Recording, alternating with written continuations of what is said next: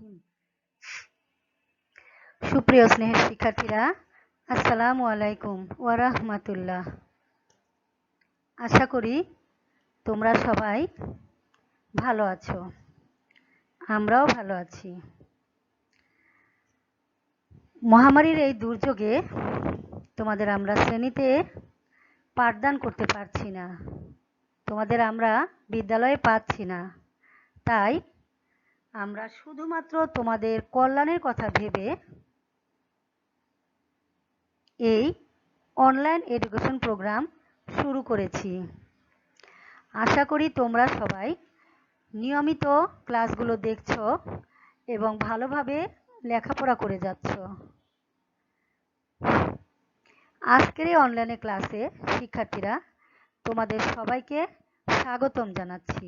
আমি ফেরদৌসী বেগম, সহকারী শিক্ষক বাংলা, সাভার ক্যান্টনমেন্ট বোর্ড বালক উচ্চ বিদ্যালয়, সাভার, ঢাকা।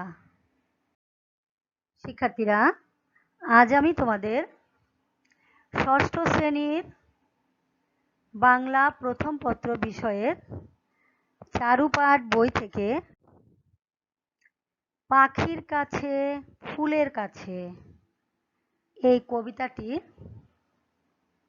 সৃজনশীল প্রশ্ন নিয়ে আলোচনা করব। শিক্ষার্থীরা, আমি এই কবিতাটি তোমাদের পূর্বের কয়েকটি ক্লাসে পড়িয়েছি এবং তোমাদের বলেছি যে তোমরা যদি এই কবিতা থেকে সৃজনশীল প্রশ্ন সুন্দরভাবে গুছিয়ে লিখতে চাও তবে অবশ্যই এই কবিতাটি প্রথম থেকে শেষ পর্যন্ত বারবার দেখে দেখে পড়তে হবে, ভালোভাবে আয়ত্ত করতে হবে। এছাড়াও এই কবিতাটির লেখককে, লেখক পরিচিতি, পাঠ পরিচিতি, শব্দার্থ টিকা এগুলোও তোমাদেরকে অনেক ভালোভাবে পড়ে মুখস্থ করতে হবে। আমি এর পূর্বের ক্লাসে তোমাদের সুন্দরভাবে লেখক পরিচিতি, পাঠ পরিচিতি, শব্দার্থ টিকা সব কিছু ভালোভাবে তোমাদের পড়ে বুঝিয়ে দিয়েছিলাম। আশা করি তোমরা এই সব কিছু ভালোভাবে আয়ত্ত করেছ। তাহলে শিক্ষার্থীরা, এসো আমরা মূল পাঠে চলে আসি। এখানে একটি উদ্দীপক দেয়া আছে। সৃজনশীল প্রশ্নের নিয়মানুযায়ী প্রথমে একটি উদ্দীপক দেয়া থাকবে, তারপর উদ্দীপকটি দেয়া শেষ হলে 4টি প্রশ্ন দেয়া থাকবে। এই প্রশ্নগুলো ভালোভাবে তোমাদের পড়ে উত্তর দিতে হবে। আর তোমরা যদি উদ্দীপকটি ভালোভাবে পড়ো তাহলে অবশ্যই প্রশ্নের উত্তরগুলো সুন্দরভাবে তোমরা লিখতে পারবে। আর এজন্যই তোমরা আগে উদ্দীপকটা ভালোভাবে পড়ে নাও, পড়ে বুঝে নাও। আমি তোমাদের কয়েক সেকেন্ড সময় দিচ্ছি।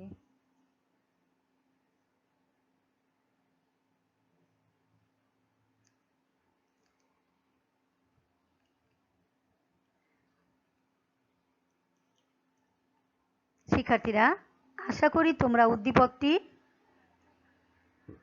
সবাই পড়ে নিয়েছো এবং পড়ে বুঝতে পেরেছো যে উদ্দীপকে কি বলা হয়েছে। আর তোমাদেরকে কেন উদ্দীপকটি আগে পড়তে বললাম বলো তো? এজন্যই তোমাদেরকে উদ্দীপকটি আগে পড়তে বলেছি যে তোমরা যদি নিজেরা উদ্দীপকটি আগে পড়ে বুঝে নাও তাহলে প্রশ্নের উত্তরগুলো লিখতে তোমাদের অনেক ইজি হবে। আর তোমরা উদ্দীপক পড়ার আগে আমি যদি উদ্দীপক পড়ে দেই, তোমরা যদি উদ্দীপক না পড়ো তাহলে প্রশ্নের উত্তরগুলো তোমাদের বুঝতে একটু কঠিন হবে। তাই তোমাদেরকে উদ্দীপকটা আগে পড়ে বুঝে নিতে হবে। দেখো এবং শোনো, আমি উদ্দীপকটি পড়ে শোনাচ্ছি। একটি টিভি চ্যানেল জীবন ও প্রকৃতি নামে একটি অনুষ্ঠান প্রচার করে।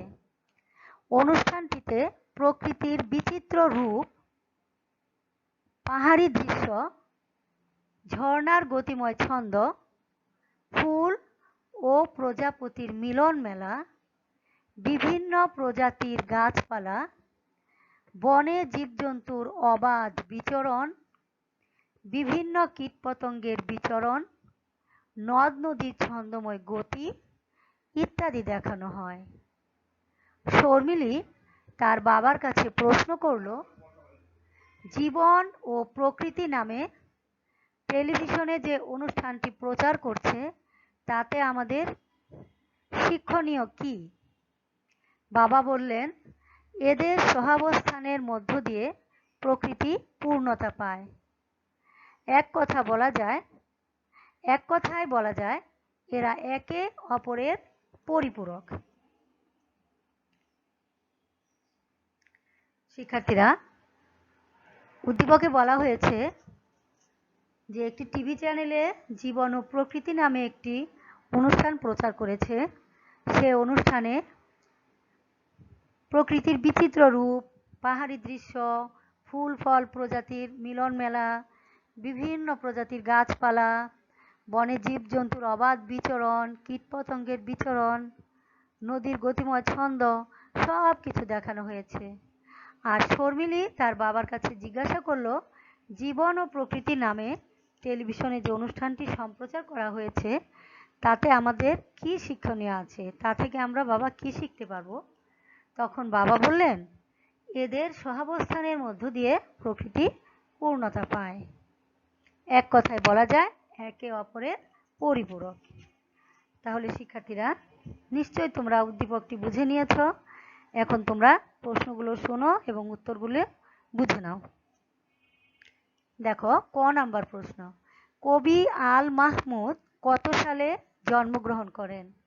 শিক্ষার্থীরা, আমি তোমাদের কবি পরিচিতি অবশ্যই পড়িয়েছি, আর তোমাদেরকেও কবি পরিচিতিটা ভালোভাবে মুখস্থ করতে বলেছিলাম। তোমরা এই ক নাম্বার প্রশ্নের উত্তর কবি পরিচিতি থেকেই পেয়ে যাচ্ছ।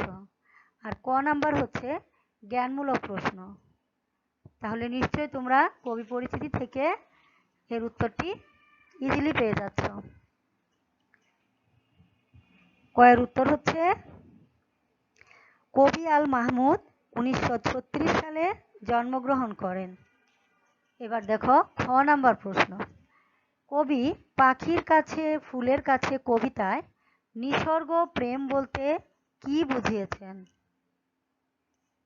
এর উত্তরটিও তোমরা কবিতা থেকেই পেয়ে যাবে আশা করি। তোমরা নিশ্চয়ই কবিতাটি ভালোভাবে পড়েছ এবং এর উত্তর কবিতায় সুন্দরভাবে বর্ণিত হয়েছে। উত্তরটি জেনে নাও। কবি পাখির কাছে ফুলের কাছে কবিতায় নিসর্গ প্রেম বলতে প্রকৃতির প্রতি তার মমত্ব অর্থাৎ প্রেমের কথা বলেছেন। কবি পাখির কাছে ফুলের কাছে কবিতায় নিসর্গ প্রেম বলতে বুঝিয়েছেন প্রকৃতির প্রতি তার মমত্ব বোধ, সেটাই বলেছেন। বাংলাদেশের লোকজীবন ও পল্লী প্রকৃতি আল মাহমুদের কবিতার প্রাণ। পল্লীর স্নিগ্ধ শ্যামল রূপ তার কবিতায় তাৎপর্যপূর্ণভাবে ফুটে উঠেছে। কবি প্রকৃতির বিচিত্র সৌন্দর্যের কাছে যেতে চান, তাদের সঙ্গে মিশে যেতে চান। পাখির কাছে ফুলের কাছে কবিতায় কবির এই নিসর্গ প্রেমের প্রগাঢ় বা গভীর পরিচয় পাওয়া যায়। তাহলে তোমরা কি বুঝলে? কবি পাখির কাছে ফুলের কাছে কবিতায় নিসর্গ প্রেম বলতে প্রকৃতির প্রতি কবির মমত্ব অর্থাৎ প্রেমের কথা বা ভালোবাসার কথা বুঝিয়েছেন। পল্লীর স্নিগ্ধ শ্যামল রূপ কবির কবিতায় তাৎপর্যপূর্ণভাবে ফুটে উঠেছে। কবি আল মাহমুদ প্রকৃতির বিচিত্র সৌন্দর্যের কাছে যেতে চান, তাদের সঙ্গে মিশে যেতে চান। পাখির কাছে ফুলের কাছে কবিতায় কবির এই নিসর্গ প্রেমের প্রগাঢ় পরিচয় পাওয়া যায়। আশা করি তোমরা ক্ষয়ের উত্তরটি বুঝতে পেরেছ। এবার শিক্ষার্থীরা, প্রশ্ন গ দেখো, উদ্দীপকে বর্ণিত অনুষ্ঠানটি কোন অর্থে তোমার পঠিত পাখির কাছে ফুলের কাছে কবিতার প্রতিচ্ছবি ব্যাখ্যা করো। এখানে বলা হয়েছে উদ্দীপকে বর্ণিত অনুষ্ঠানটি কোন অর্থে তোমার পঠিত পাখির কাছে ফুলের কাছে কবিতার প্রতিচ্ছবি ব্যাখ্যা করো।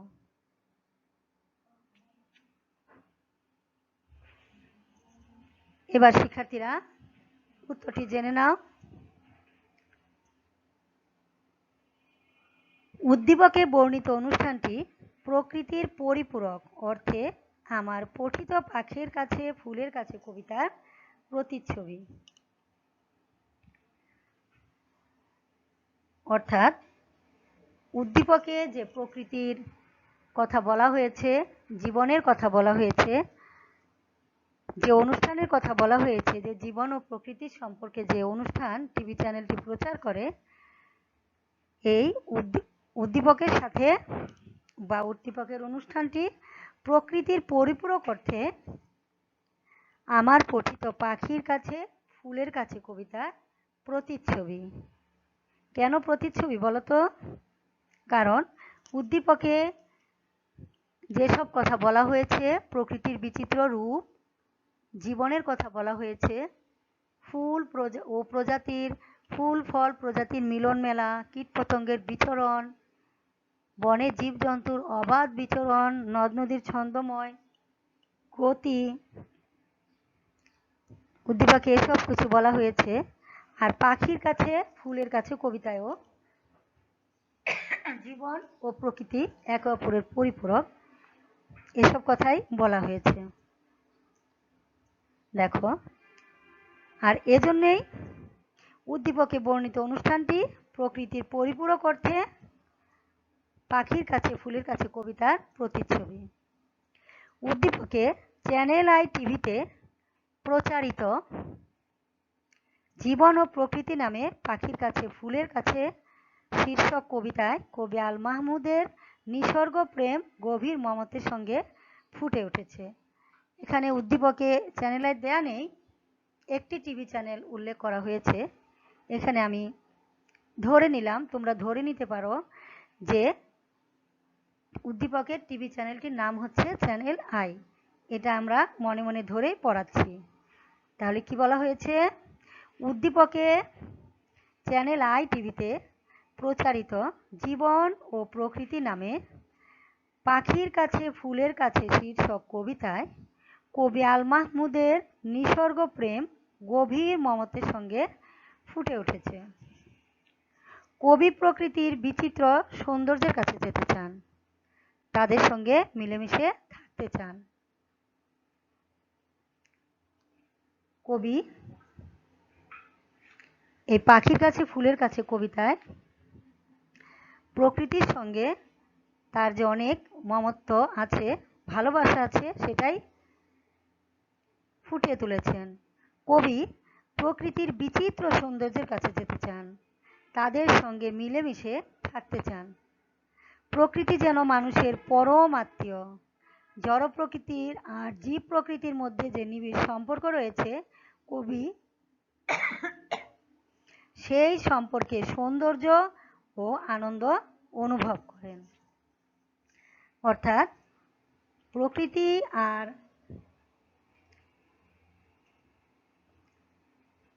জীবনের সঙ্গে জড় প্রকৃতি ও জীব প্রকৃতির মধ্যে যে নিবিড় সম্পর্ক রয়েছে, কবি এই পাখির কাছে ফুলের কাছে কবিতায় সে নিবিড় সম্পর্কের কথা ফুটিয়ে তুলেছেন বা নিবিড় সম্পর্কের কথা বর্ণনা করেছেন। একটি অনুষ্ঠানের কথা বলা হয়েছে উদ্দীপকে, তাতে প্রকৃতির বিচিত্র রূপ, পাহাড়ি দৃশ্য, ঝর্ণার গতিময় ছন্দ, ফুল ও প্রজাতির মিলন মেলা, বিভিন্ন প্রজাতির গাছপালা, জীবজন্তুর বনে অবাধ বিচরণ, বিভিন্ন কীটপতঙ্গের বিচরণ, নদ নদীর ছন্দময় গতি ইত্যাদি বর্ণিত হয়েছে উদ্দীপকে। এদের সহাবস্থানের মধ্য দিয়ে প্রকৃতি তার পরিপূর্ণ রূপ লাভ করে। সহাবস্থান অর্থাৎ জীবন ও প্রকৃতি একসাথেই অবস্থান করে। তাই বোঝানো হয়েছে। এরা প্রত্যেকেই একে অপরের পরিপূরক। এ অর্থে উদ্দীপকের অনুষ্ঠানটি আমার পঠিত পাখির কাছে ফুলের কাছে কবিতার প্রতিচ্ছবি।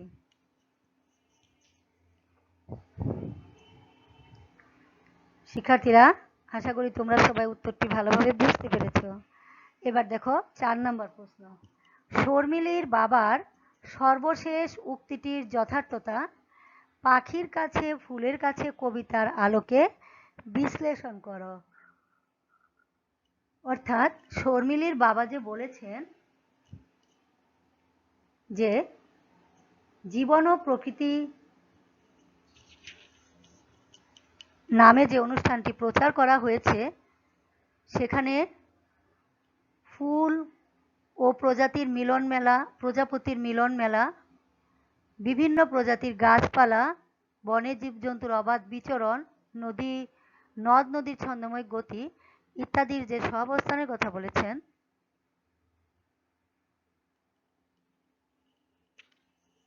তার যথার্থতা এখানে বিশ্লেষণ করতে বলা হয়েছে। এবার দেখো শিক্ষার্থীরা, উত্তরটি জেনে নাও। কবি আল মাহমুদের পাখির কাছে ফুলের কাছে কবিতার প্রকৃতির সহাবস্থানের কথা প্রকাশ পেয়েছে।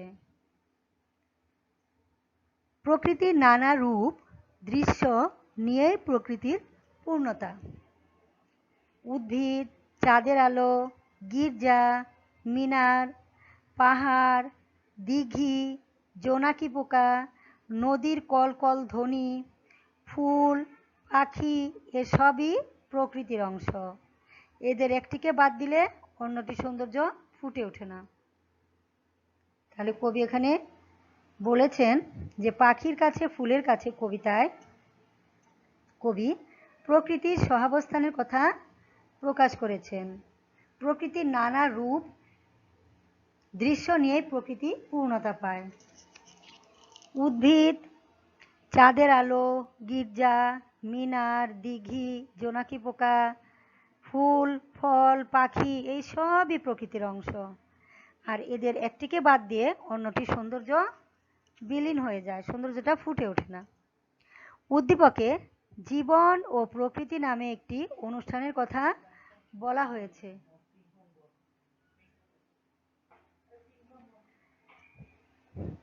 উদ্দীপকে কিসের কথা বলা হয়েছে বলো তো?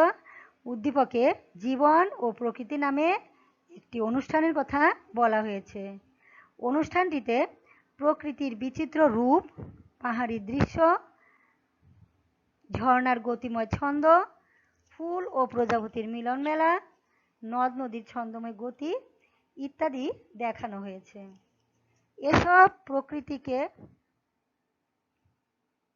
এসব প্রাকৃতিক পরিবেশ নিয়ে অনুষ্ঠানটি ধারাবাহিকভাবে প্রচারিত হয় চ্যানেল আই নামক বেসরকারি স্যাটেলাইট টিভি চ্যানেলে।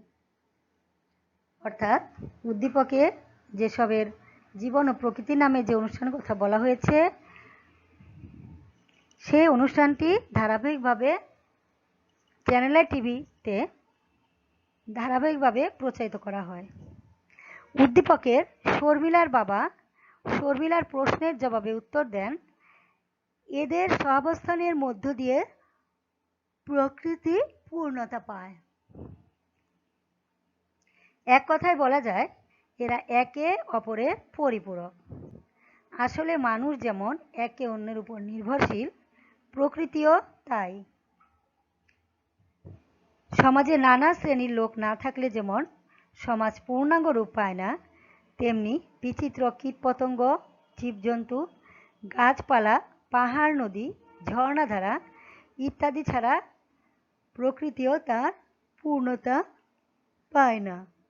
কাজেই শর্মিলীর বাবার সর্বশেষ উক্তিটির যথার্থতা রয়েছে।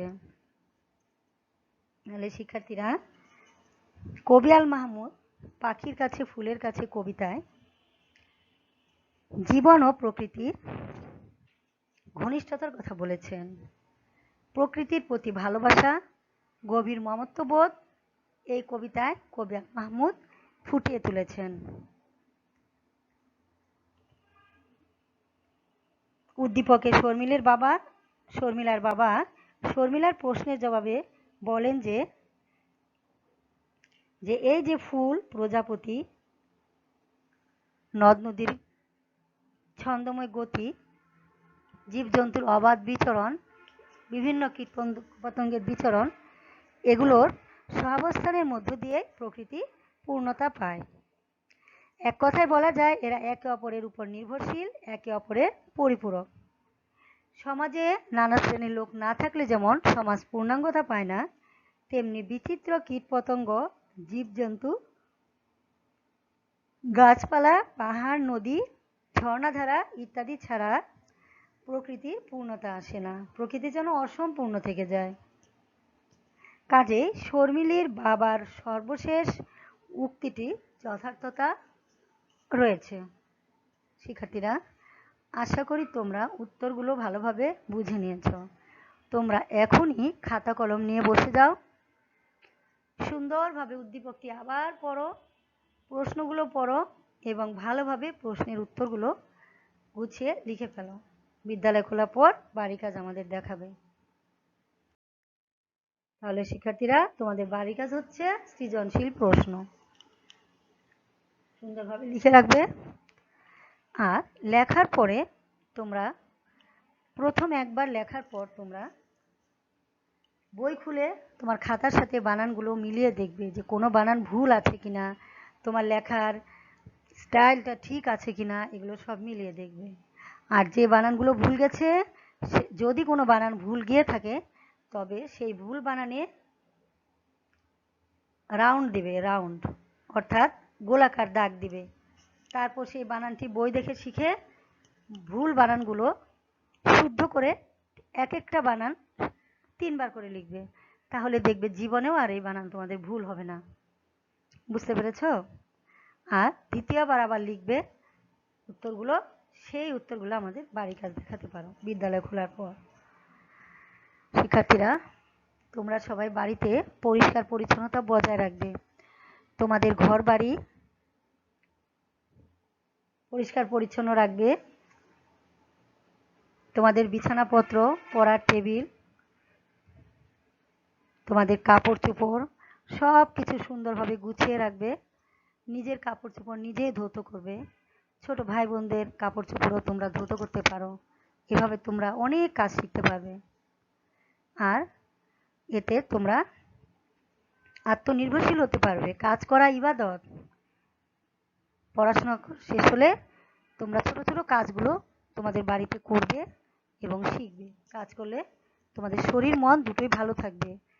আর কাজ হচ্ছে যেমন ইবাদত, তেমনি তোমাদের ফিজিক্যাল এক্সারসাইজও হচ্ছে কাজের মাধ্যমে। ঠিক আছে?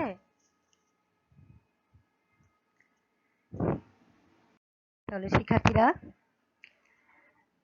তোমরা সবাই ভালো থাকো, সুস্থ থাকো, নিরাপদে থাকো।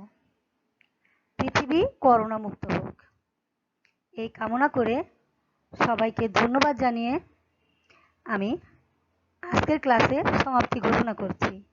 আসসালামু আলাইকুম ওয়া রাহমাতুল্লাহ।